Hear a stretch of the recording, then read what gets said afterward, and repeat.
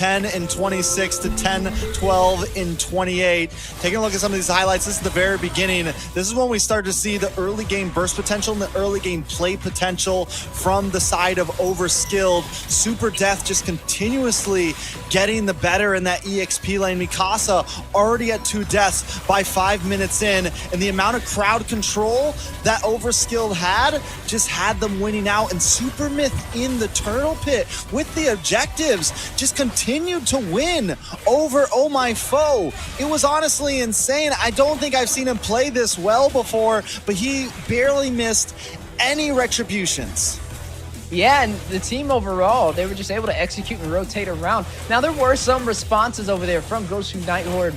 They were able to almost turn it around right at that Luminous Lord. If they would have caught that split push, they could have made that work in their favor. But the macro is starting to kind of lean more on the side of the underdogs. Overskilled rising to the occasion, shocking not only the team, but also us on the desk with the backdoor play with the Moskov. We've seen him building up those attack speed items. I had a feeling it was going to come down to a split push, and Superman was able to pull it off. Now, for game number 2, how do we respond back to this, right? How does Gosu Night Horde respond back? It's going to be boiling down to watching the map. Yeah, I mean, watching the map, I also truly believe that the Jushin, I don't know, man. Like, I think it's viable for some things, but I think it really gave up a lot of their early game. It really gave up a lot of their laning phase. They didn't have the same type of burst damage. Yes, there's some crowd control. Yes, there's some poke, but there was a few times where they probably could have got the kill onto somebody, but because they didn't have any sort of like finishing hit like the Valentina supplies, you know, it's just kind of chip damage on the Jushin. And though the Jushin was very good for a time there, I think right now you're giving up a little bit too much pressure early on. So I think that could be a thought. Mikasa needs to step it up a little bit. Might be time to just ban the Khalid at this point unless you're getting it first pick. There's a lot of things we could break down in that game. And then just to wrap it all up, yeah, watch the lanes, guys. But hey, man, Overskilled came to play today. Yeah, they definitely came to play today. And, you know, something else to kind of mention with this is a different roster for Gosu Night Horde, right? They flexed not once, but twice. They had Legend and Oh My Foe switch around, and now they have Dez going to the gold lane and Yellow BC getting substituted out. It's a totally different lineup with Gosu Night Horde, which effectively, when you switch roles that fast, it's basically a different team because everybody's in a different role. Is that Dez's fault that he wasn't down there watching the marksman? Is that an overall team fault? You know, these are things that you have to kind of keep an eye on and make these decisions, especially when you make a massive roster change and you change more than one role. Most definitely. And I mean, yeah, that's a, you know, Dez, would he have done better in some of those turtle fights? Would he have gotten the retribution off, right? I mean, in the end, you kind of just have to trust that they made the decision they felt was the best here. And with that decision being made, they need to lay in it. They need to be ready for it. Maybe we see some last minute changes in games. I mean, it's definitely not, we can't count that out, right? Dez could definitely take up the jungle mantle on game 2 or 3, and Oh My Foe could jump into the gold. I think both of the players have that. They do get the Valentina and the Hylos this time, which I think is a solid mid. And if they want to flex Hylos over the XP, also very, very solid. But I like Legend on the Valentina, but they do give up this Khalid again. Yeah, and right now, Khalid is rising in that win rate for the NACT Fall season. I'm just pointing it out. It's been working. And you can see it. The proof is in the pudding. There goes the Harith pickup by Superman. He was once against it. Now he's going to use it against Gosu Night Horde. He's not going to go in for that Moskov this time around with that split push capability. Vexana paired alongside it. Kind of double magic effect right there with the gold laner and the mid laner for the side of Overskilled. Now, the Khalid. It's been great. You kind of mentioned Mikasa was struggling a little bit to it. We know Mikasa is one of those XP laners that a lot of people fear, specifically when he's on heroes like that Freya.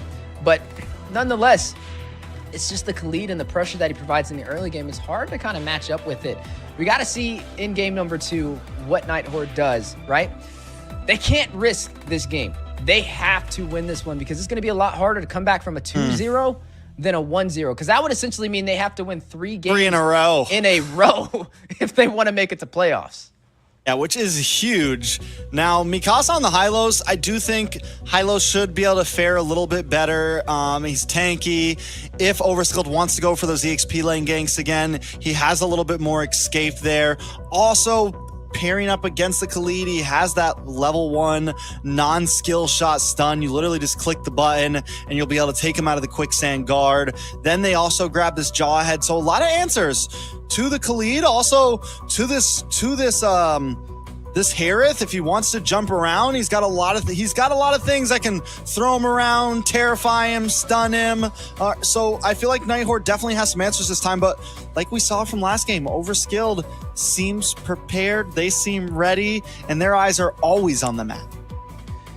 Yep, and speaking of the map, that's what they kind of failed to watch in game number 1, so definitely macro is going to be very imperative for this next game if they want to remain in this series. Now, picking up the marksman this early, right? They pick up the Hera for Superman. We got to see how Night Horde responds. We don't know who the gold laner is going to be. We've seen picks that have been a little unorthodox but proven to work internationally trickle its way into the North American scene, such as the Alice.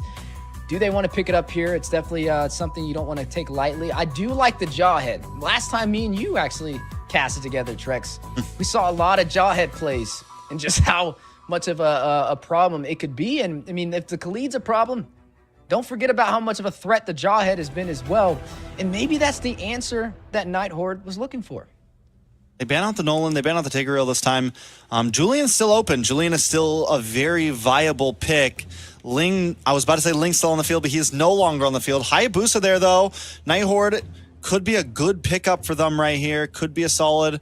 I think it's just, ooh, the Alpha instead. Now, in this position, especially against the Khalid, I think the Alpha, you got more CC, you have more crowd control, you have something a little bit tankier. The only thing you have to watch out for is that Eternal Guardian and for that Raging Sandstorm, because being more of a fighter, you know, not a dashy, all over the place assassin type jungler, those big crowd control one-shots are dangerous for you. But that's a lot of chain CC, like you mentioned. If anybody from Overskilled is caught up in that, they are not getting out anytime soon. Not even a Purify is going to save them from all of that crowd control. Now, you also got to look at the Valentina. You could use the Sandstorm, can definitely use that in her advantage to be able to rush in on these team fights as well. That will force the Valentina to be up close and personal, though, and overly aggressive. But it could work. I want to see how this kind of plays out. I think it's still good to have the Valentina. But speaking of pickups, the Fanny. Ooh. First time we get to see a Fanny today, and it's paired up with the Kufra. Just to make sure you don't cut counterplay. It's like, listen, we're going to pick up this Kufra real quick. And also, like, Kufra's not a bad pick, right? It can definitely work. But yeah, the Fanny's dangerous here, but also it does, I mean, there's a few stoppers. But nothing too major. The Fanny could definitely be a huge problem, and if it pops off, if Overskilled hits another early game rush with the compositions the Night Horde brought, if they fall behind her, like I feel like both teams have a vicious early game snowball, and it's all going to be about who gets it first. You know, it's funny. I mean, they have another split pusher technically, because when you have the Fanny, you're highly mobile to get across the map, so still got to watch out for that. But nonetheless, Overskilled in a position with the advantage of taking game number 1, steps into game number 2 with confidence. Gosu Night Horde, I don't think they had the worst performance for game number 1, but there's definitely a couple things they have to fix. Macro, for certain, is something they're going to have to work on. Also, the retribution plays, right? We've seen too many times where Myth was able to claim the objectives even when Oh My Foe was in distance. Yeah, we'll see exactly how this goes as we jump into game number 2. Overskilled with a very satisfying defeat, a backdoor play. Gosu Night Horde now have to show they're here to stay in game number 2. Yeah, the stakes are only rising, and right now, this is going to be the most important game Night Horde has had this entire NACT regular season. They need a victory here. We mentioned it's a lot harder to win 3 games in a row, but if you can earn this and even up the series, then they'll have a better chance on the playing field. They need to find a way to level it out. All right, so taking a look at everything, taking a look at some of these emblems, nothing too off the charts. But look at the damage on a legend already. Oh, that's a kill. That's a kill. That's a kill. That is what that is. A first blood for Overskilled. Is it time to ban the Khalid yet? Oh, we'll see. I mean, right there, it's definitely effective. Was it a little bit of a miscalculation from Legend, though? Definitely play a little bit more passive. They can't afford to make these mistakes. But you know something that's kind of dawning on me as we're watching these two teams? Overskilled is similar to last minute. They're scaling through the season. And they're putting Gosu Nighthorde on the back foot. Oh, speaking of back foot, though, 1v1 may be a 1v3. Mikasa joining the party. Superman trying to rush in with the cables. Just needs to hit a possible cutthroat. Not going to be able to hit the mark, though. Oh, my foe will be able to make it back to the jungle. But the lethal ejector on the bot side. Hit by LC1 with the last touch. We'll be able to take down Superman.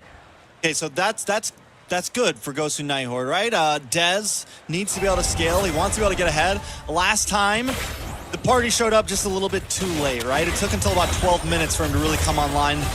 This time, I think if Gosu Nighthorde wants to withstand the onslaught, wants to get him involved in these fights, they need him to hit that around, you know, maybe the 8-minute mark. Start getting involved in these fights a lot earlier.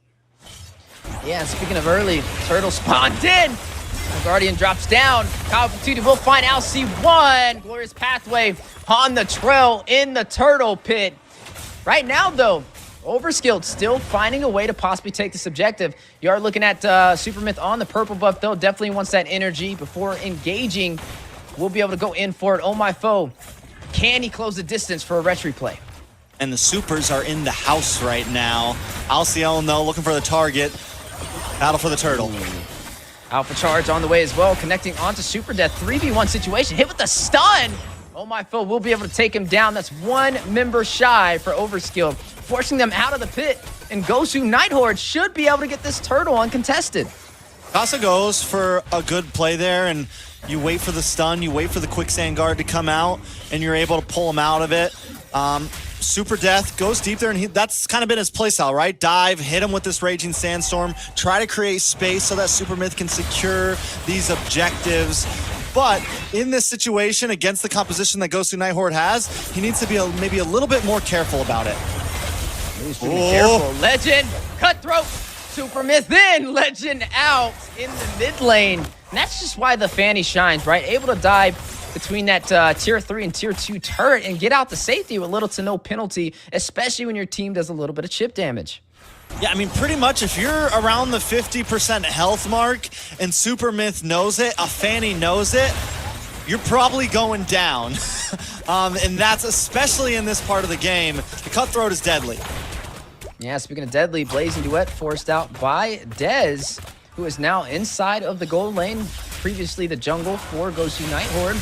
We haven't really got to see him shine that much, especially in game number 1. Maybe game number 2 will be a different story. Both sides fighting it out, though. Eternal Guard dropping down on the glorious pathway. Legend rushing in, takes down Super Death. One member down for the side of Overskilled, forcing Song and Call of Duty into the mid lane. They need to be careful, though. The numbers are not in their favor. But the bot side opening up opportunity for Superman to maybe be able to chip down some of this gold. Both sides fighting it out, though. Mikasa need to get out of there. LC1 will find Supermyth. He will fall. That is the jungler down for Overskilled. But Superman, uncontested, doing a little bit of chip onto the turret. Not going to really get that much off that trade. Yeah, watch one of those rockets from Alcyone just find its way to get that final hit onto Supermyth. Supermyth, I think, needs to be careful about jumping into a group of Gosu Nighthorde, and it's the same thing with Death, right? I think both of them have to be a bit more careful. It's a very different composition that Gosu Nighthorde brought than last time, and they can't just jump into the death ball that Gosu Nighthorde has. They have a composition that's going to work really well when there's 4 of them all grouped up, and the only real answer to that for Overskilled is going to be Song or Kawa Patootie dropping a beautiful Eternal Guardian, or Song getting that great Tyrant's Revenge. I think that's going to be the answer to going against this. Whoa! Both sides rushing in for a fight in the mid lane. Mikasa need to be careful, though. 50% HP. Song caught with a lot of crowd control, and Legend will find him. He falls. Both sides will disengage, but the kill goes over to Gosu Nighthorde. I like Mikasa a lot better on this Hylos. Mikasa, much tankier, able to just hang out in that front line, and it bides enough time for Legend to shine. It bides enough time for Oh My Foe to shine. So far, Gosu and Horde are doing the right thing. Taking a look at the gold, they've brought it up to about a 3,000 gold lead. So far, though, on map pressure, no one's really taken over. No towers now, but Super Death in trouble. Yeah, needs to get out Lethal Ejector to push him back into the heart of the battle, and Oh My Foe will find him a great assist from LC1. Yeah, so now Overskilled, I think, in a place where they just need to defend. Try to not let this, this about 3K gold lead turn into them losing 2 or 3 towers, right? And Gosu Nighthorde hasn't really pushed that point, but Supermyth taken out. And this is the point that I think Nighthorde really needs to push in on one of these lanes. I feel like Gosu Nighthorde is starting to kind of find a vulnerability, and they're exploiting it, right? Supermyth has not been that effective on this Fanny so far. Has the Blade of Heptases, but not able to find these kills to bridge the way in the early game for Overskilled. Let's see how they deal with this. It's going to be the last turtle up in about 25 seconds. Taking a look at these items. I want to take a look at the gold laners. Dez just got his golden staff in. Next, it's going to be Corrosion Scythe just to lock in the Trinity. On the side of Superman, though, he's very behind right now. He's 400 gold behind. He only has a Starlium Scythe locked in. Needs to get, I feel like the Harith doesn't really pop off until that number 3 item. Yeah, definitely needs to get a little bit more items in his toolkit if he wants to be effective. Speaking of effective, Supermyth wasting a lot of energy right there. Not going to be able to find a kill on the bot side. And Oh My Foe will punish for it and take this objective. That is going to be a Lord in their hands. And now the invasion onto the purple buff to deny Supermyth his energy. Yeah, I mean, third turtle, huge. It's going to give him even more. Super Death forced to use these Raging Sandstorms as escapes. Ooh, BMI goes in, plays duet from Dez. Lethal Injector connecting onto Super Death. The rush in from LC1 to secure the kill. Super Death will fall. It's a bird. It's a plane. Oh, wait, it's Supermyth not able to find the kill. He's going to go back to the base for some regen.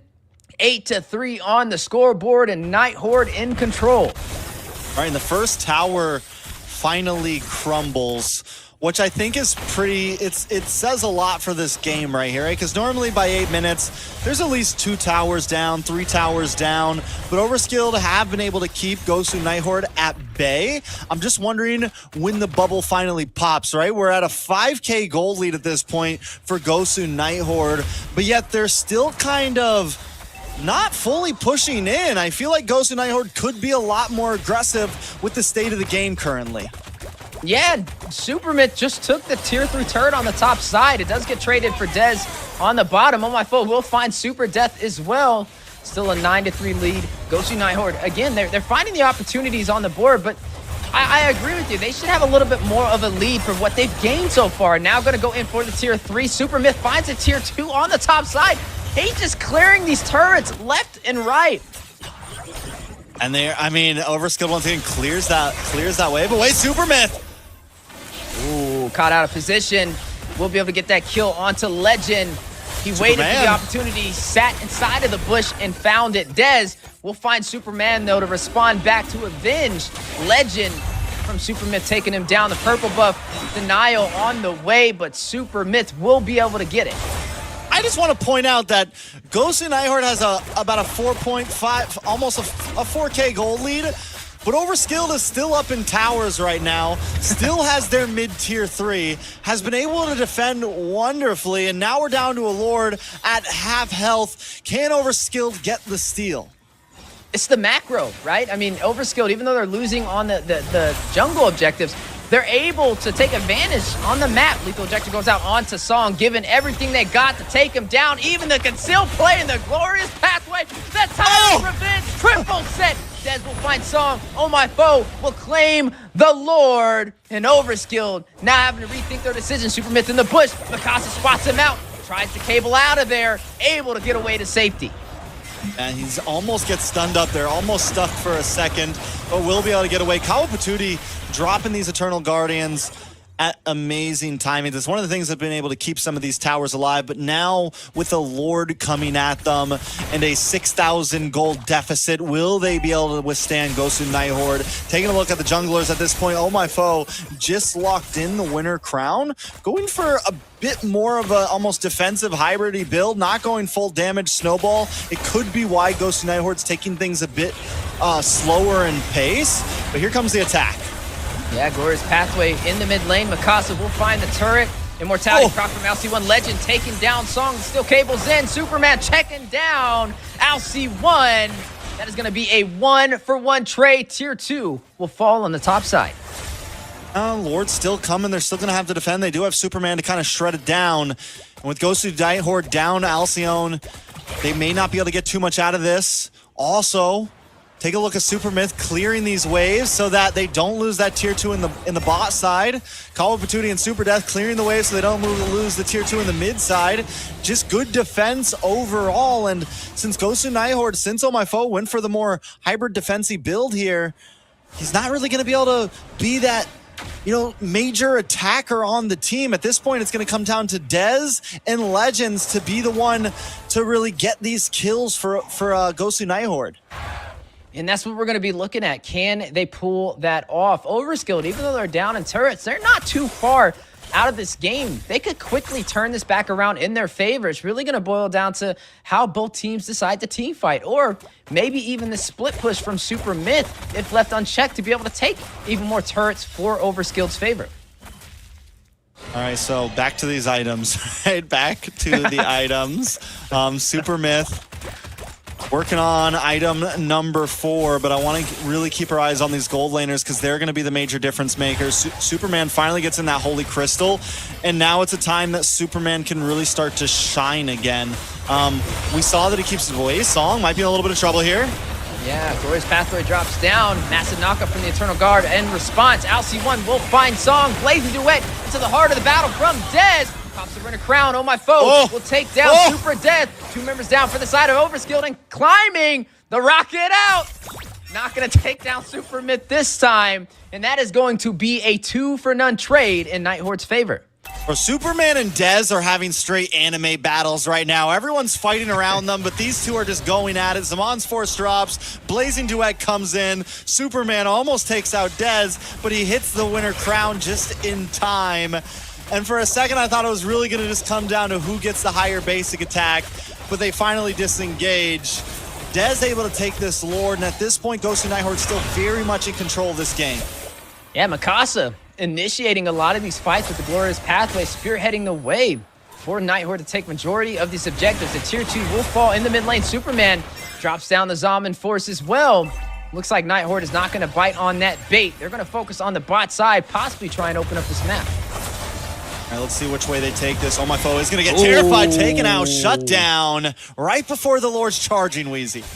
Yeah, a missed alpha charge. He tried to connect for the setup and completely whiffed it and was punished by Overskilled all at the same time while a Luminous Lord makes its way on the top side. All right, so Lord coming, Gosu Night Horde, do they abort mission here? Do they still try to crush down on an inhibitor? Song, where were you going? Oh, Zaman Force dropping down. LC1 will pair it off with a Glorious Pathway back to safety. You're going to see LC1 recall back to the base. An opportunity for Overskilled to take this Lord with no contest. Okay, don't get me wrong here. Song's been playing an okay game. And I understand the Kufa pick to make sure that they can't counter the Fanny. But also, Song's got to dial in a little bit, man. He's missing some of these Tyrant's rages. He needs to be able to land these, and not just on one person, but on 2 or 3. If they can get that big play, it could be the game changer. Myth no longer really doing the job that Myth needs to. The damage just isn't there at this point, and it's why Gosu Night Horde is able to just continuously advance. Gosu Night Horde has a nice tanky front line. Oh, Song tries to get the play on the Legend. Purify comes out. Yeah, Purify does come out, baiting a little bit of those battle spells. But right now, Overskilled still holding on, right? They're still trying to find a way to turn this back around in their favor, but for certain, Gosu Night Horde is in control at the 15-minute mark as we're slowly trickling into the late game. You are looking at overall Night Horde able to take majority of these objectives with little to no problem. All the lords, all the turtles with little to no problem. Yeah, I mean, Casa 0-0 and 10 right now, really kind of stepping up the game from last time. And as I mentioned before, I think Hylos works really well on Mikasa. You said it too, that the Glorious Pathway has been this great engager. It's been the spearhead of Gosu Night Horde throughout this game. It's been one of the things that they've been able to break through the front line of Overskilled. And then Oh My Foe, even though he went for this really tanky build, I think it's working very well, and it's one of the reasons why Supermyth isn't able to whittle down on them any longer, isn't able to really get through. And with Dez picking up this winter crown, also has the gold meteor, you have the shield, you have the defense, you now have the ability, being completely decked out in items, to kind of juggle around into an immortality at some point. Dez is also going to be very hard to kill for Overskilled. And at this point in the game, Overskilled running out of answers unless they get some big Hail Mary set, some big play, you know, during a Lord or after, or at any point in the game, really. And you're going to see Oh My Foe and LC1 pick up the immortality as well for some insurance for this next engagement. Oh My Foe will be able to claim this Lord. Overskilled now trying to run back to safety. Glorious Pathway, the initiator. Mikasa rushes in, catches Song, catches Super Death, and Legend trying to deal some chip damage. Everybody makes it back to the base to live for another fight, but that's another Lord in Gosu's favor. Oh, Superman. Go for the kill onto Dez here. Alcyon's gonna know he's there though. Gonna have to back up. I think honestly though, Overskilled can probably survive this Lord push as long as they don't have a huge mess up or a big whiff. I think having Superman there to kind of burst down, having Death to be able to clear waves, having Kawapatuti drop the Eternal Guard, and we've seen them put up great defenses. I don't know if this is when Gosu Night Horde ends it, but Gosu Night Horde doesn't really need to end it here. Like I said, they have a composition that just really kind of pushes back onto Overskilled, and they can take their time with this before they win it. And time seems to be on their side with the Lord marching through the base. Gosu Night Horde looking to possibly close this out. The BMI from Dez. He wants to handle Mikasa. Will find Song. Dez will find Super Death. 2 members down for Overskilled, but the Lord at 25% HP. Minions marching through the mid lane in a concealed play. Called out from Mikasa. Both sides fighting it out. LT1 trying to go in as well. Mikasa will find Supermyth in the base. Crystal will be bursted down. Gosu Night Horde will take game number 2 against Overskilled. Gosu Night Horde does it. They push in, they put it all on the line, and they're able to get the game on that Lord there very cleanly. And the way that they push Superman over to the inhibitor there to where he can't focus on the Lord, and it buys enough time that they can get the Lord onto the base, they can recuperate themselves, they find 2 kills, and Kawapatuti already uses the Eternal Guardian, so there's nothing to stop them from really pushing it onto the base. And at that point, I think Night Horde knows it. Yeah, we can end here. Taking a look at some of these items, at some of the final stats, Mikasa 2-0 and 11 with the MVP, a big turnaround from game number 1. A massive turnaround and insurance to keep them in this series. We mentioned it, right? This game was not only important because they lost the first one to a backdoor play, but to have the pressure winning three games in a row is hard for any team to pull off. And now tying up the series gives them another shot at success. Overskilled now has to go back to the drawing board and figure out where they went wrong. And I honestly think maybe it was with the Fanny pickup, right? We didn't really get to see Supermyth have any looks that he was going for. Even when he wasn't able to bridge away for the early game kills, he wasn't able to take the objectives in the jungle either. So you're seeing a lot of free trades going to Night Horde's favor. Yeah, I think the idea of the Fanny pick was decent. It did, like, in the very beginning, we saw a couple kills from Myth, we saw some aggression, we saw some split push, but in the end, Gosu Night Horde's composition was just too tanky. You literally had Oh My Foe, you had a Hylos on Mikasa, you had this Jawhead, you had no way for Myth to really get in, and the same thing ended up being said for Super Death. He had a really strong early game, but as the game went on and Gosu Night Horde got tankier and tankier, there was nowhere to dive, and Dez was impossible to catch, so your one target that you really want to be able to get down, there's no entry to. And with that, both sides are tied up in this series. It looked like Overskilled was able to put a little bit of punches on the board, but responded back by a counter blow over from Gosu Night Horde. Some great execution. We mentioned the higher we go in the regular season, this is the final series, the more even the competition will be. And both of these sides putting on a great fight and showcasing to the world they have what it takes to compete at the top 4 caliber, but only one team will be able to make it there. And with them both being tied, this next game is going to be just as important to who can claim the advantage in this series. I mean, it's 1-1, and as we see from this game here, Myth was doing some split pushing. A few times he gets to the back line when they are split up. And even Superman here had some shots that maybe goes a little bit too deep, and I think that was kind of the fall of a few of the players throughout this game. Even here with Song, once again, one of them would go out when the rest of the team wasn't close enough, and then nobody really commits, and they just lose a member for nothing. And though they had, I mean, great defense, beautiful defense, stopping Night Horde from being able to really come in, mainly to the thanks of Kawa Patootie, Superman, Song, they still weren't able to make plays that attacked. They could defend all they wanted and drag the game on, but by the end, eventually, Night Horde was able to break through.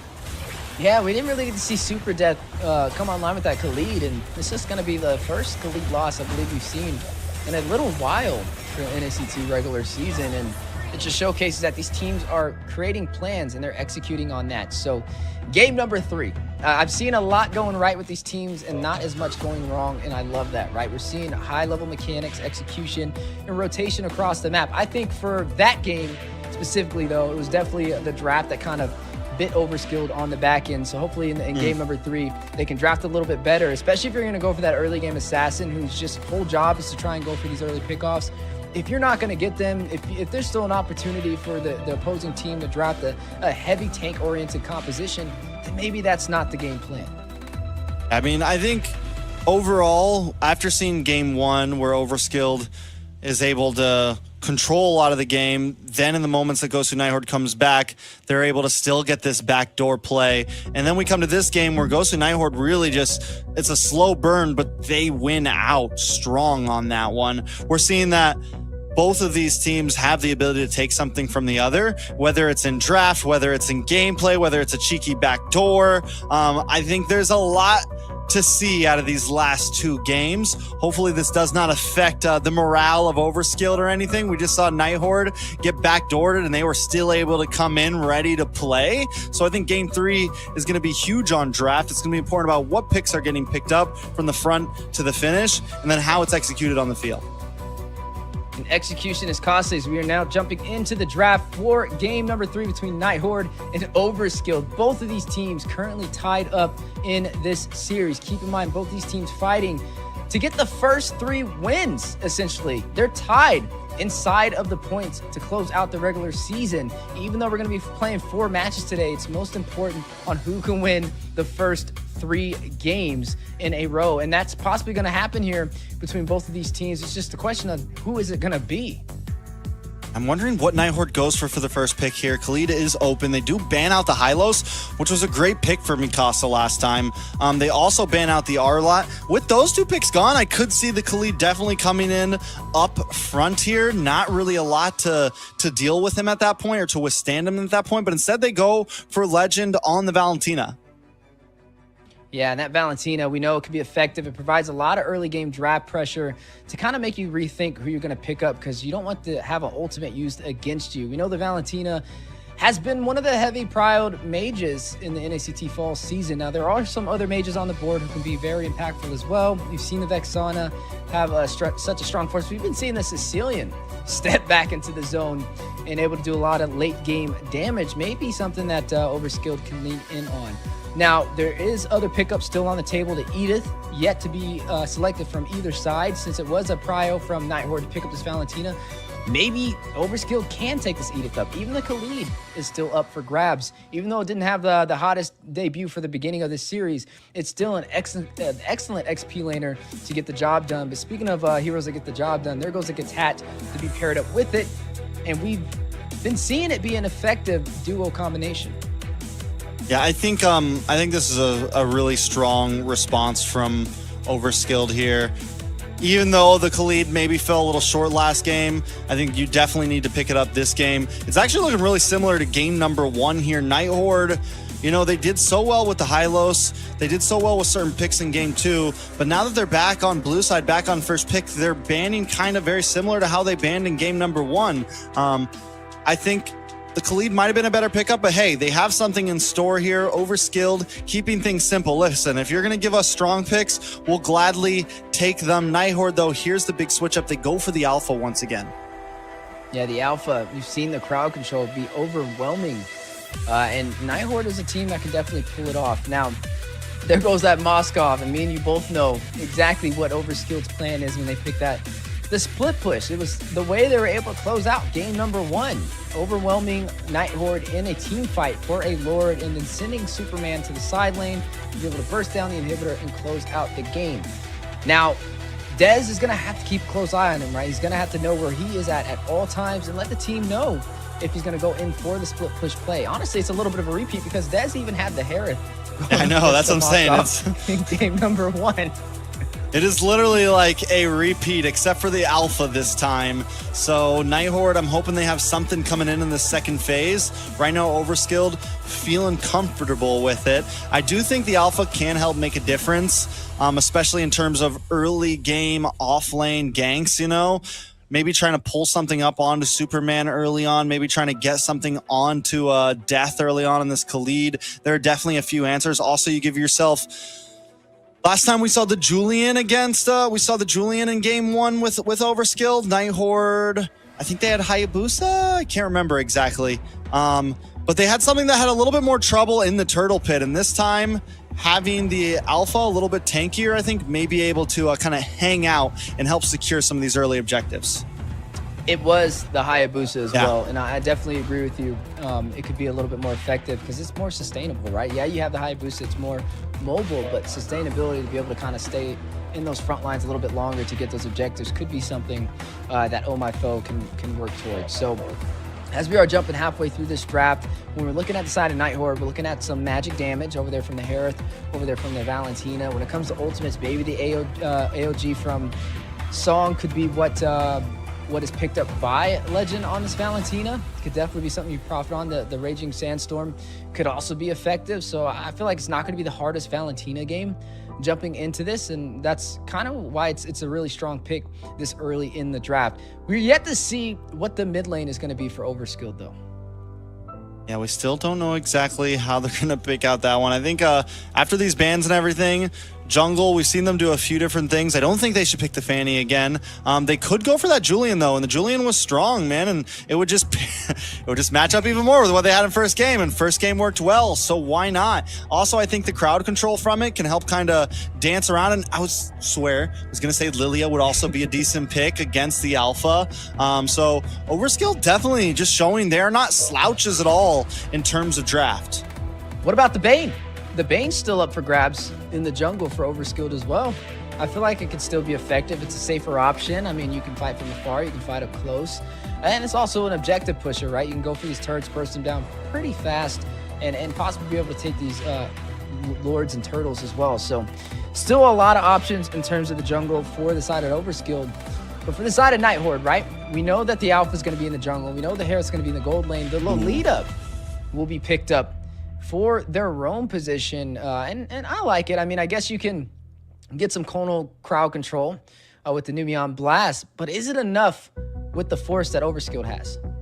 I mean, I think it's a solid pick against the Khalid. No, I'm not against the Moskov. I mean, it's a solid pick against the Moskov. You do actually get a stun on the Khalid as well. But other than that, the Lolita, I mean, yes, you still have the Numion Blast. I think the Lolita is pretty viable, even if it doesn't counter everyone with the Bulwark Shield. It does pair up into this more Ube-esque, you know, like very grouped up kind of composition that Night Horde has, especially now picking up the CC. It's a composition that really just wants to stick together, focus around Dez, focus around Legend, keep them alive. And with that, a Numion Blast getting a big stun onto a Khalid in a song, you know, it could be the game changer. But we are going to be jumping in to game number 3, and I'm excited to see how it plays out. Yeah, I'm right there with you. Game number 3, both teams, Gosu, Night Horde, and Overskilled, tied up, and an opportunity to take this series in their favor, fighting for the remaining position inside of the playoffs. Only one seat to go and two teams fighting it out. The eyes are all on them, and it's up to them to rise to the occasion. Will it be Gosu Night Horde? Will it be Overskilled? Who will be making it to the playoffs?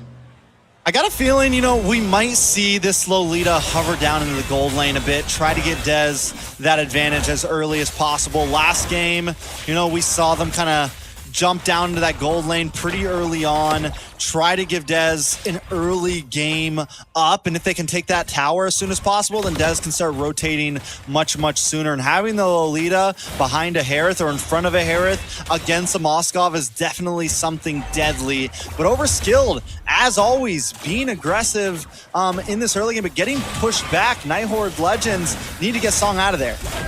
Yeah, and Song, not the rhythm he was looking for, does fall. First blood to Oh My Foe. Super Myth may be next if he's not careful. Just too overly aggressive this early in the game. You don't want to have any advantage go to Gosu Night Horde's favor, especially for Oh My Foe, who is the jungle, already picking up his first kill of the game. And look at them invading on to this creep in the jungle. Neither side going to find a casualty, but Gosu Night Horde with the slightest advantage. We just already saw how Supermyth's going to have to be careful from that skill 1 bonk. That stun that comes from Alcyone on the Lolita is going to be able to take him off the wall, and it's a very easy stun to hit, right? If you're in range, you're going to get hit by it. And Alcyone already seems like my job is let's keep tabs on Supermyth, let's keep tabs following down the river, and make sure our offlaners are okay. Right now, you are going to see the turtle spawn in the next 10 seconds. Game number 2, we got to see Gosu Night Horde be a lot more effective in their overall game plan. Overskilled, they didn't really live up to the draft that they composed. Maybe game number 3 could be the deciding factor for either side, but it's up to them to tell that story. Mikasa now hitting level 4, Legend beside him, ready to take this fight into the turtle pit. Super Death and Song winding up. Alcyone will be the first to engage, though. Numbers in Night Horde's favor. The retribution will go to Oh My Foe. The battle now on the way. Oh My Foe with Alpha Charge. Finding Super Death, not only do they get a turtle, but they also get the kill. I mean, at that point, Gosu Night Horde, it feels like from game 1 to game 2 and now to game 3, they're just getting a little bit better every time. Their rotations, the way they're moving around the map, and here comes the damage on the link. Yeah, the invasion on to the orange buff. Super Myth is going to be able to deny, though. Will be able to claim his buff. But a good play from Gosu Night Horde to keep their foot on the gas and not try and give them any breathing room. I'm looking at the cameras over there. You're looking at Oh My Foe, man. Nothing but smiles. Definitely excited for the level of competition they're seeing today up against Overskilled. But speaking of competition, Song, he found an early death. Needs to be careful. He may find another 1v1, though, on the bot side. Super Death versus Mikasa, using the quicksand to keep himself alive. But Mikasa doing a great job on zoning him out. And Mikasa sitting on the CC, you can kind of kite around the Khalid. And now that Super Death has taken that death, Mikasa having almost a level advantage, or almost a level advantage, 2 levels at this point. It's definitely going to start to be a problem for Super Death. The Khalid is something that you'll want to scale pretty quick, and he's already 500 gold behind. Mikasa that much closer to getting the first item locked in. Gosu Night Horde just really feeling themselves in game number 3. Yeah, definitely can tell they're confident after that victory in the previous match. AOG diving into the purple buff. Here it goes again. Possible denial, trying to take the energy away. Massive setup, though. Both sides fight it out. Typical Blades dropping down. Super Death will find Oh My Foe. Vintage proc by Mikasa, but not enough to keep him alive. And Super Myth will be able to find him. That is going to be another kill over to Overskilled to even out the scoreboard. All right, Overskilled pushing back into the game a little bit, and this is something where the Lilia, the Ling, when Overskilled also groups up a bit, they definitely have a nice fighting chance against the composition that Gosu Night Horde has brought, right? Because Gosu Night Horde wants to kind of also be in a big group, but those glooms start dropping, the bombs start going off, a big Tempest of Blades and a Raging Sandstorm. It can definitely be deadly against what GNH wants to bring in this fight. And the fight is what they will bring. Both sides find it out. Numion Blast with the wind up and 2-man Superman set on the Song and on the Death, and oh my foe will find him. That is going to be one member down for the side of Overskilled, and a great setup from LC1.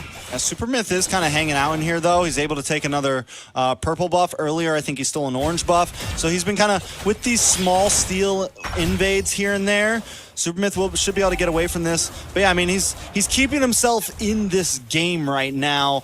When we saw him almost get first killed early on, get stunned up and stuff, I was a little worried he'd get too slowed down, but he's definitely very much still ready to go. Speaking of ready to go, Mikasa, a bully in the XP lane, able to proxy off the minions and take the tier 3 turret. Maybe shifting focus over to the mid lane as well for a possible siege. 3-man stack from Overskilled left for the denial, but look at the lanes. They're going to split on both sides. You're going to look at Super Myth going in to possibly clear the turret to trade back. Mikasa too late over there, and it will fall. They're not able to take the mid turret as well, so that's going to be an even trade. Look at the pressure that Night Horde is just consistently pushing in, though. And with that, they are forced to kind of give up some of these off lanes here and there. But I do think, I mean, it's the playstyle they want to bring, and I think it can work out very well. All Alcyon needs is like one more big Numion blast, one big setup to put Overskilled down 2 or 3 members, and then the towers really start crumbling for Overskilled. But if Overskilled can kind of play around that and watch out for that, they can definitely hang on to this game. So we're going to hang it on. The proxy of the lane on the top side. LC1, Dez, and Legend ready to take the fight. Superman and Song will be there to defend. Kawa Patootie joining the party. A full 3v3. Zaman Force will drop down. Synchro Fission on the way. Song very low. Dez will find Superman. Mikasa will find Song. 2 members out of the board for Overskilled. A 5-2 lead, and Dez will take the tier 3 turret. And that's why Gosu Night Horde keeps on moving as these 3 or 4 man units right now. Because even if Overskilled catches onto it and they send Super Death or Call Patootie to go help out, it's too late by then. Superman's already down to about, 10 health. A nice Numion blast, nothing too major though, but another purple buff stealing by Oh My Foe. Yeah, right now just doing a great job on pressuring Overskilled, not allowing them to be comfortable, but Super Myth is doing his best, all right? He doesn't have the purple buff, but he is doing his best to rotate around the map and split push, and that is one of the things that Ling provides, and now may be able to make it work in his favor. Black Shoes as a means of escape. Still on the chase, though. Needs to get back to that tier 2 turn. I think he may be able to do it. Super Death, though. Wait a second. Now going to be able to hit the okie dokie and turn back around. He's able to survive. Yeah, Legend's a legend right now, man. Legend is a legend right now.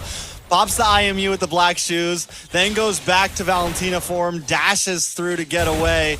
And not only that, but takes them for a huge run where they lose Turtle and they lose a tier 2 on the top side. Yeah, and that's just the bait he was waiting for them to fall in on and showcase his why. It's huge to have that Valentina who can use that IMU against you. And now, with that bait, Gosu Night Horde will continue to reign on this lead that they've been building so far. And so at this point, Overskilled, falling behind more and more. It's about a 5,000 gold deficit. Where do they go from here, right? They do still have Superman on the Moskov. We know Moskov can do some crazy things. They have Super Myth on the Ling where you can still kind of control some of these off lanes, but it feels like when they split themselves up, they're falling to the advance of Gosu Night Horde. So it's like this, big Numion blast. Nothing to follow up though, but still, Night Horde just showing, continuing up on the pressure. But still not able to take down this turret in the mid lane, which is going to allow Overskilled to be a little bit more confident overextending past that mid river. But they're not going to let it go. They still want to be able to siege this opportunity. Oh My Foe, LC1 and Legend ready to go the distance. Dez will join the party. AOG will drop down Song. 10% HP, and Legend will draw his blood, takes him out. 1 member shy for Overskilled. Superman, though, forced to kind of split and maintain these waves. All right, Gosu Night Horde still in very much control. The map is blue. Man, they have trouble breaking down this tier 3 in the mid side though. Overskilled always defends it so well. They know that is like their life force, but they won't be able to do it this time. Not going to be able to hold it off, and Kawa Patootie will fall. Winter Crown picked up by Super Death. Zaman Force in the mid lane, and an opportunity has been claimed from Gosu Nighthorde. 3 turtles so far. Every objective on the board has really worked in their favor. Overskilled still has a way to turn this around though, right? They just have to wait for Nighthorde to make a mistake. But they're just beating them by a hair on these objectives. Dez will be able to take the Lord. Song will find Mikasa on the opposite side of the map. Legend and LC1, they want to avenge him. They're going on the chase. Superman will recall back to safety. It's going to leave Song all alone. AOG to extend that distance back to the base. All right, so they get away. For a second, I was like, okay, at least you traded Mikasa for the Lord. It's still a losing trade, but at least you found something. They almost lost Song there, which would have been bad. Let's take a look at these items. I want to focus on these gold laners once again. Dez got that Holy Crystal in a little bit ago, whereas when we look over at Superman, still working to finish out the DHS. About almost, I mean, we're closing into being almost 3,000 behind. Right now it's 2.5 behind. Hasn't even finished his Trinity build. Superman can't really do a whole lot right now. Yeah, not able to really do much here, especially with Gosu Nighthorde on the advance. They need to play passive. They don't want to give them even more of an advantage than they already have. You are going to see the Lord on the top side, making his way into the inhibitor. Song, Superman, and Kawa Patootie up there to defend. Super Death will join them, waiting for that Numeon Blast to possibly drop down for the setup from LC1.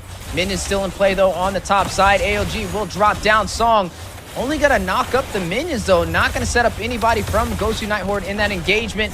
And the inhibitor will fall. Dez will claim it, gets a kill as well. Finds Super Death. Mikasa finds Superman. Song needs to fend them off with Super Myth and Kawa Patootie.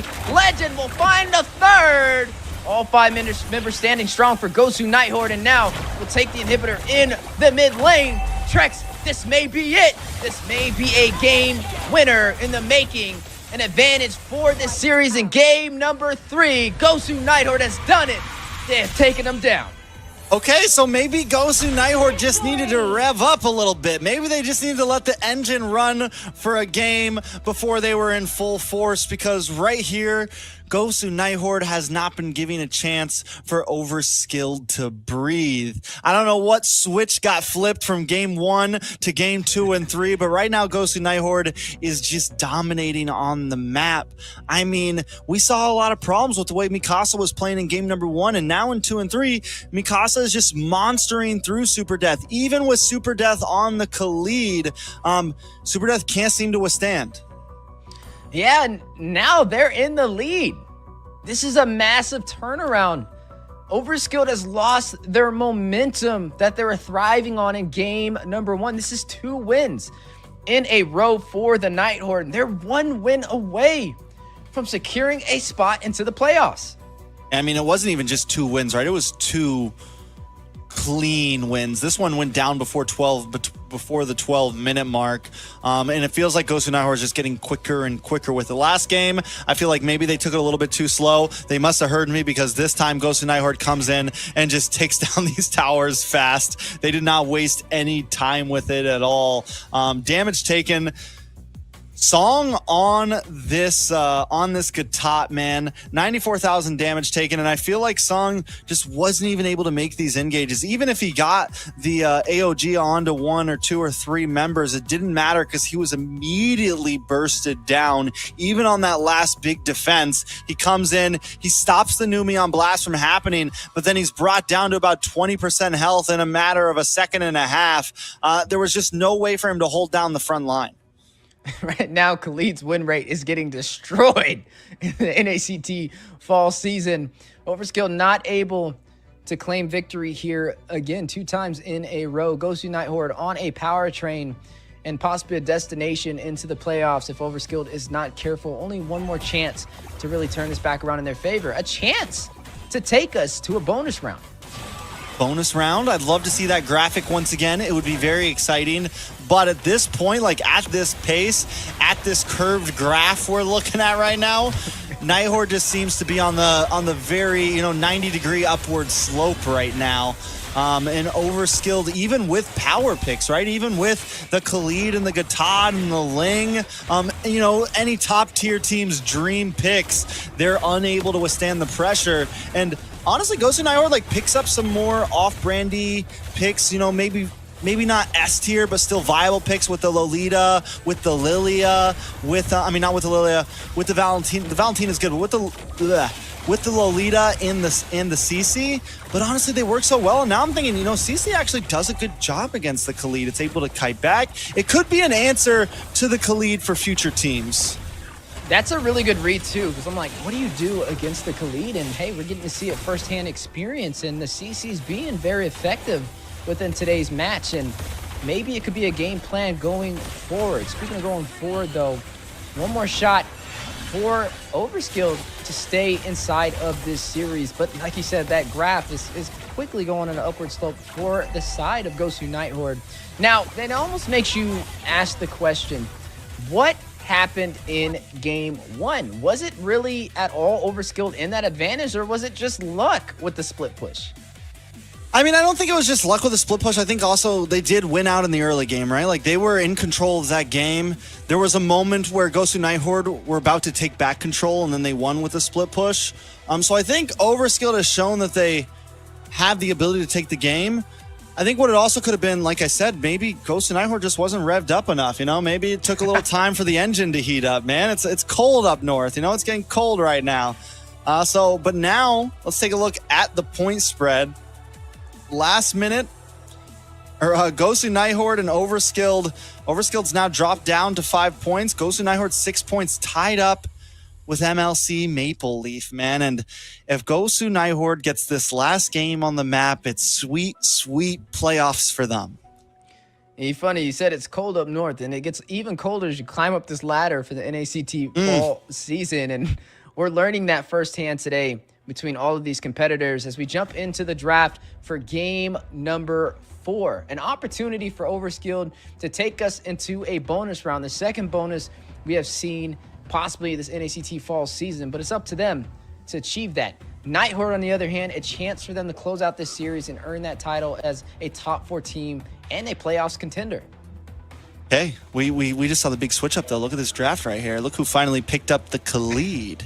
Mikasa. They need to boost that win rate. He's been losing too much. Yeah. We gotta get it back up there. Yeah, we definitely gotta get it back up there. And then Alcyone locks in the Gatasso, literally a mirror draft from last time, except this time OS, Overskilled on the blue side. They take the Valentina first. They give up the Khalid and the Gata, and this time they're going to switch up. They're going to go for the Edith, which again could be EXP, could definitely be a roam position. You know, lots of choices for Overskilled here. Yeah, definitely a lot of choices on the board, but that duo combination is just a repetitive pattern. The Gatat and the Khalid have been side by side all day today. Maybe it's just the new powerhouse duo that you prioritize in your second in the draft.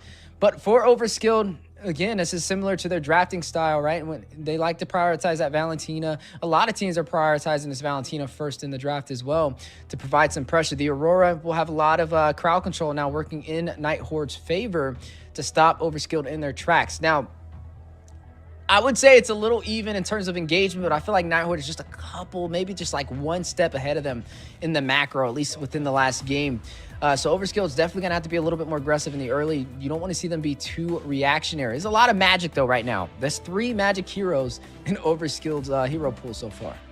All they need now is a magic marksman and a magic roamer, and they're in the game, man. No, I do like the Julian here, right? I think the Julian worked very well, and I'm surprised they didn't pick it in game 2 or 3. I think Myth really showed a lot of promise on it. He was able to secure a lot of objectives with it. He was able to get in, get out, use the crowd control along with it. So maybe this could be the change up, getting back to kind of the roots of game number 1.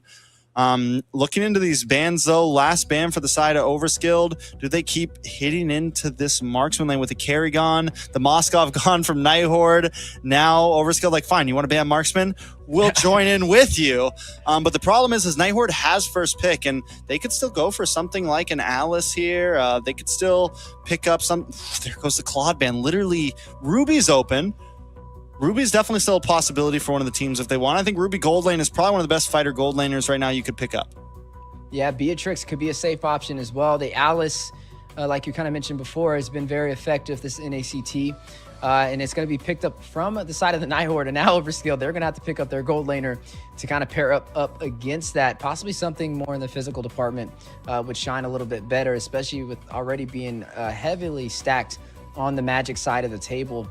Roamer, we still got to see if that Edith is going to be put in the roam position. I mean, you do have the Valentina, you have the AOG to be able to use against them, you have the Desert, the Raging Sandstorm to be able to use against them as well. You could do a couple of things here, right? You can pull out the Grok, you could hug the wall, negate a lot of that crowd control that they have for the side of Night Horde and look for a wild charge setup.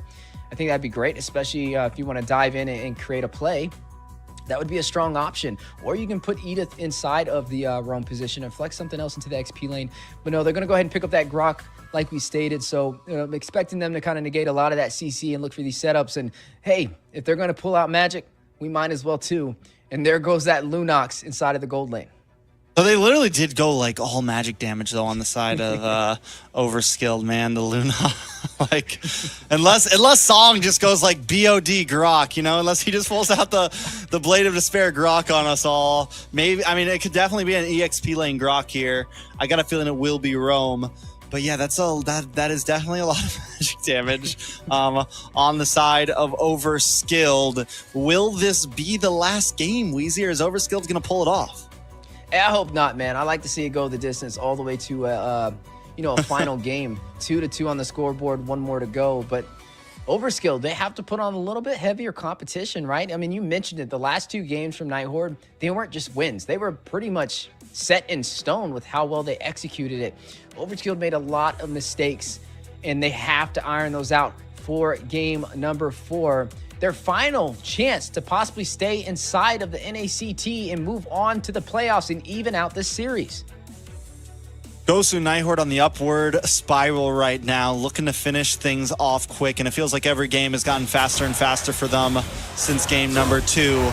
Can they do it again? I mean, Overskilled goes back to something that worked very well for them in game 1. They put Super Myth on this Julian, and I think against the Bane, against Dez on the Alice, against this more up close and personal team that Night Horde has brought, I think it's a decent answer. If Gosu Night Horde gets caught by a big wild charge and an enhanced chains knockup, inertia, like there's a lot of trouble that could be brought to Gosu Night Horde with Overskilled's composition. Speaking of trouble, Superman giving Dez a little bit of trouble down there, but he does have the range to be able to clear out those minions, but you can tell he's way more comfortable sitting more in the middle of that gold lane. Alcy1 taking a couple of punches himself in the jungle.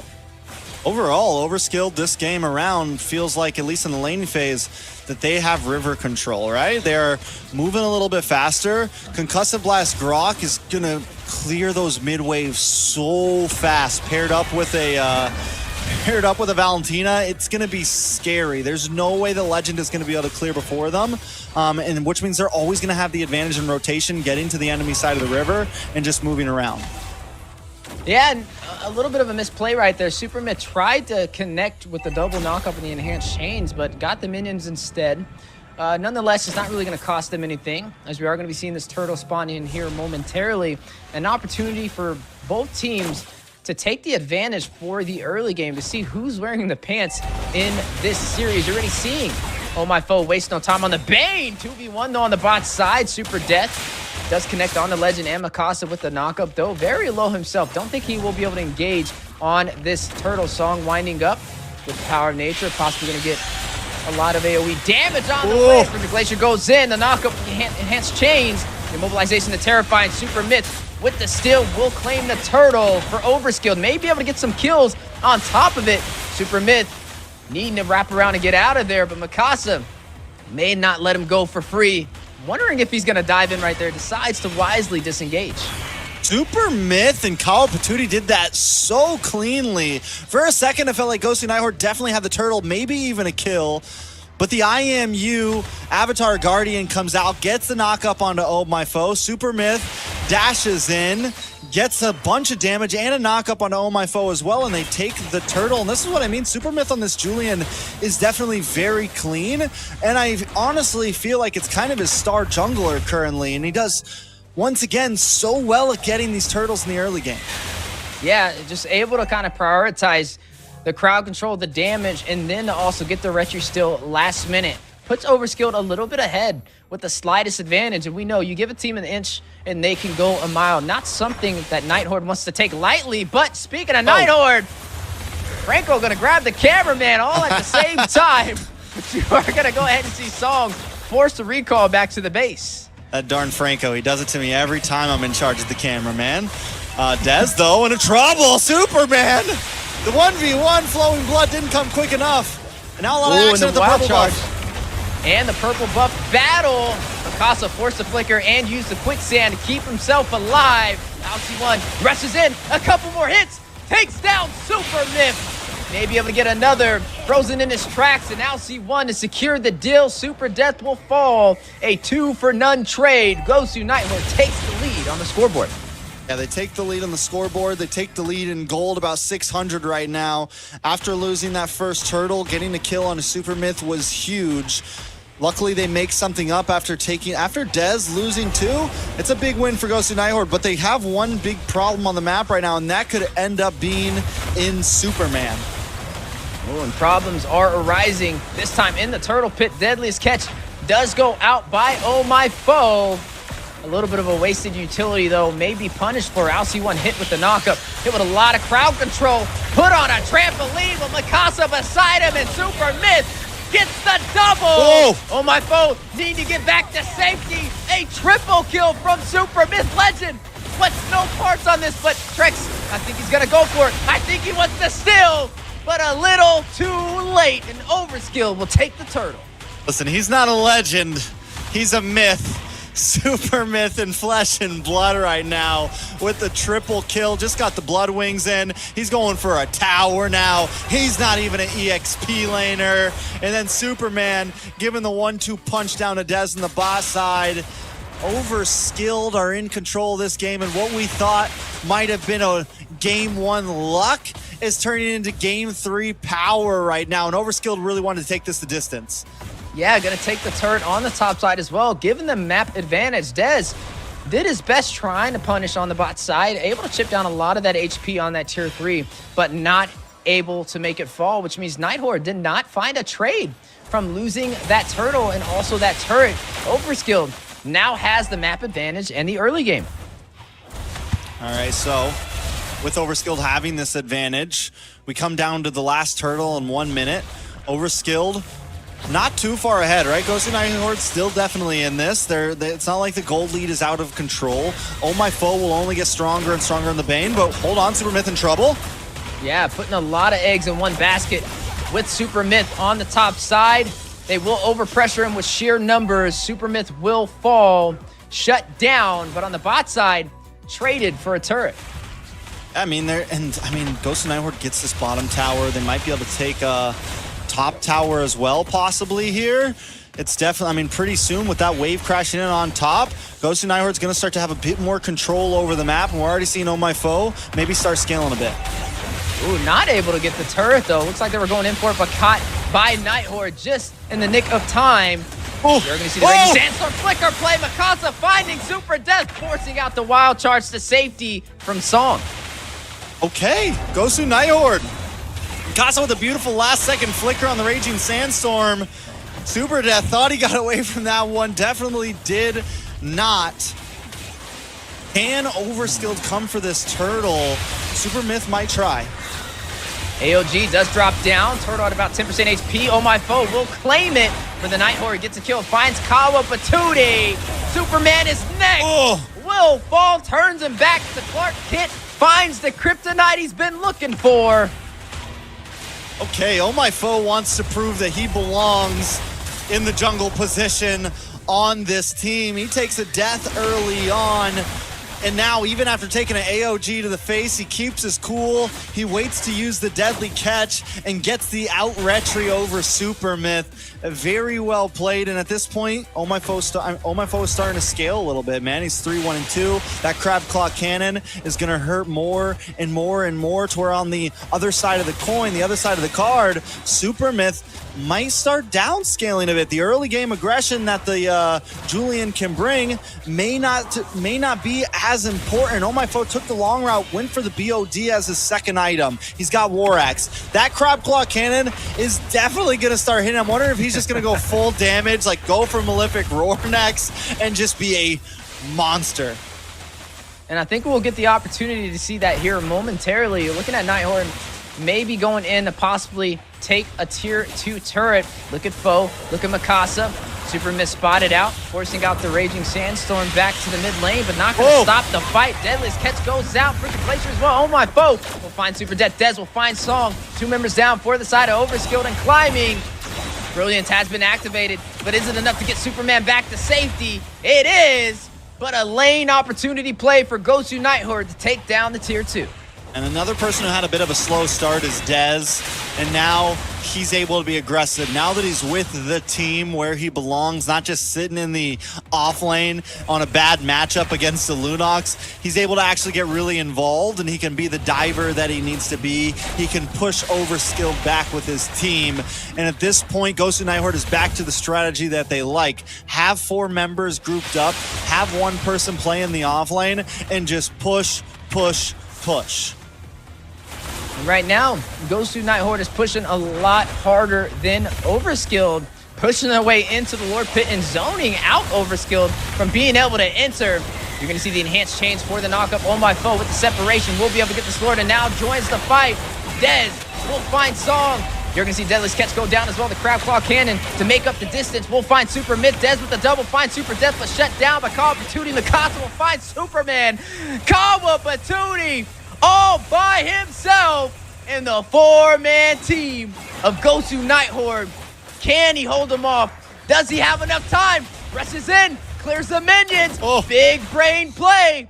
He has bought the time he was looking for. All right, so Overskilled back on the map. Back on the map, everyone's going to come back up, but Gosu Nighthorde doesn't seem to care. They're going to keep on pushing in. They have this lead. They have, I mean, it's what, 7K at this point? They are well ahead. And when you have that kind of lead, and when the whole enemy team is full of magic damage at this point, I'm sure they've gotten in plenty of magic defense items. The burst that Overskilled had in the beginning isn't as effective anymore. Speaking of effective, another chance to open up this base and claim this victory, close out this series, and move on forward to the playoffs. Gosu Nighthorde, they have a Lord, but minions are falling short. Just 3 on the bot side. 5v5. Do they go in for this opportunity? Yes, they do. Deadliest Catch will connect onto Song, but not deal enough damage. Raging Sandstorm to make up the difference, so Song very low. Forced to hug the wall and go back to safety. 1 minion to go through on the base crystal, quickly bursted down by Super Myth. 5v5.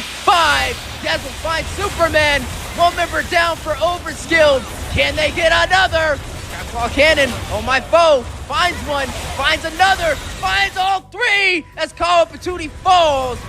Gosu Nighthorde has done it, has turned this series around, and has closed it out to earn the final seat to the playoffs against Overskilled. And just like that, Nighthorde proves why they're here, why their name has become household in NACT. They make it to the playoffs. They have a rough start, but show in game 2, 3, and 4 that they can compete right here. I mean, and they did it in such a clean fashion. Those last 3 games were theirs through and through. Yeah, definitely well-deserved in a hard-fought battle, but overall, the micro and the macro is scaling through this series, and they came on top repeatedly, right? Not just the second game, but 3 games in a row. They're able to claim victorious, and that's not the easiest thing to be able to pull off for any team in an NACT, and they have done it. Definitely look forward to seeing them as they make it into the playoffs, the final seat. But like we said, the higher you climb up that ladder, the colder it gets, so they better bring some jackets. Better bring some jackets, because if I can tell you one thing, the playoffs are definitely going to be cold.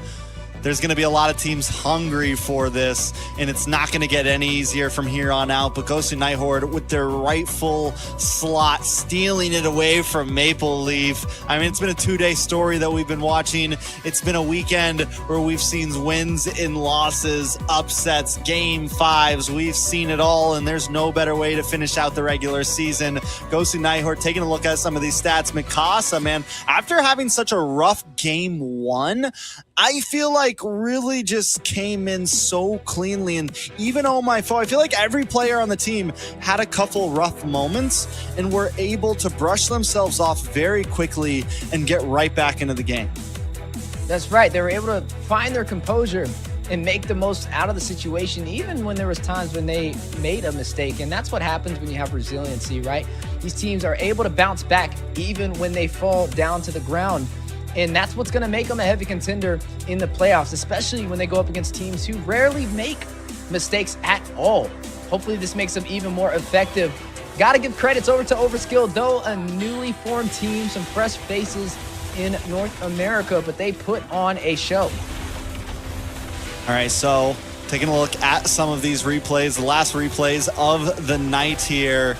Alcyon with some beautiful plays, some beautiful AOGs. Super Myth started to have some trouble as this game moved forward. Took a death early on, but was able to still kind of help control, help get a couple turtles. Even here, we see Super Myth. This is when the big triple came in. And I mean, just kind of comes online. And for a second, it felt like Overskilled had this game. Even Dez getting a 1v1 in the bot lane. But I think this is the point when we saw Super Myth take this second death. We saw my foes start to do more and more damage, that the game really turned around. And even here, they go for this tower take. And as they're running away, Mikasa's like, okay, it's time to shine. Hits that beautiful flicker play to secure the kill. And from there on out, I think it's just in Night Horde's hand. All my foes starts showing up at these neutral objectives. Super Myth, the same strategies that they were using to get the turtles before are no longer working.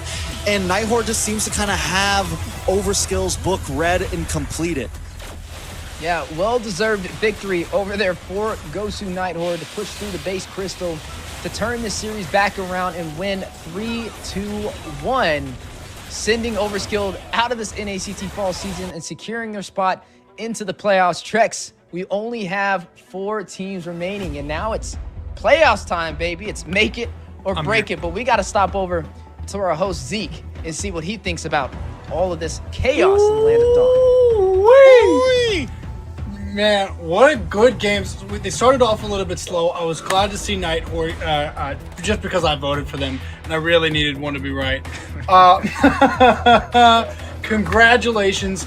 A big victory to Night Horde, securing their playoffs seat. Absolutely astonishing. I know we kind of expected it a little bit coming into it because of their presence in NACTs prior, but it's absolutely fantastic, again, to see them coming back. Yeah, it's definitely really cool. I think we always hope for kind of these down-the-wire finishes in regular season. It's what makes the last days exciting. And you're not just having games where it's like, oh, this game doesn't really matter. Either way, playoffs is secured. I'm glad things ended the way they did because it keeps all of us casters, viewers, fans, players, everyone on their toes with their eyes on the screen. Yeah, and I mean, this NACT has been full of surprises, right? Even all the way back from the qualifiers when you've seen teams that you thought for sure would have made. I mean, even The Simpsons was. I don't want. Don't you bring up The Simpsons. Don't All right, you? a little too soon. Maybe as we get into the playoffs, we'll revisit this conversation. But yeah, I mean, they're top 8 contenders. Even though they don't make it into the playoffs, some of these teams, you can't take them lightly, and I hope to see them in future NACTs to come. Well spoken. And I think that there's a couple points that I want to talk to you guys about, but after the interview. Again, let's get back to the professional players. Let's see what the real people got to say. Dez, what up? How are you feeling, man? I'm feeling good. We just made it to playoffs, so of course it's a really good feeling. Take that breath, that sigh of relief. I gotta know, man, was there any doubts coming into this match? Definitely yes, because like me and my team, we haven't really like been screaming or like playing together. It was mostly me and the roamer Sharky, like just ranking and stuff, but we didn't play as a team until like today's tournament matches. So there was a little bit of doubt, but obviously like we trust each other, so we kind of like fix those issues in game, and I think we did well. Sure. I did notice that you guys started off a little bit slow in that first game. So did you guys do as well towards the end as you wanted to? Yeah, I mean, the main issue, like the first game, was like the comp that we were going against. Like in objectives, our jungler foe, he just kept getting targeted and stunned, so we couldn't like really secure anything. And then at the end, the Moscow just backdoor because we made a bad call. It was a team decision, and it was just a bad call. And we knew that, and we just we didn't let that bring us down. We just kept doing better and better throughout the matches. That's good. So, with going into the playoffs, this is a little bit of a spicy question. Who do you think the weak link of the playoffs is going to be? Like Of in all the the team? teams. Oh, all the teams?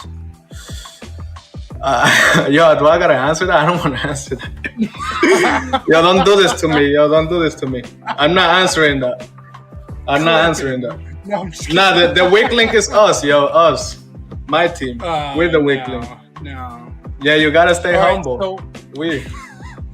So, I do think for the playoffs that you guys might be going up against BTK in the first round. They were also the first team that you guys went up against in the regular season, and they beat you guys up pretty bad. Yeah. Do you think that you guys have prepared yourselves in a way that is going to allow you to not let that happen again, or even to just beat them as a whole in the playoff series?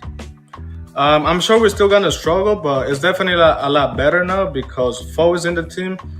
Before he wasn't, so we didn't have a shot caller. So when he came in the team, he's really good at shot calling, so the team is a lot more comfortable playing around his calls and stuff. And as you know, I had to switch to Golan because Yellow's a good player, but his hero pool was not good for the meta.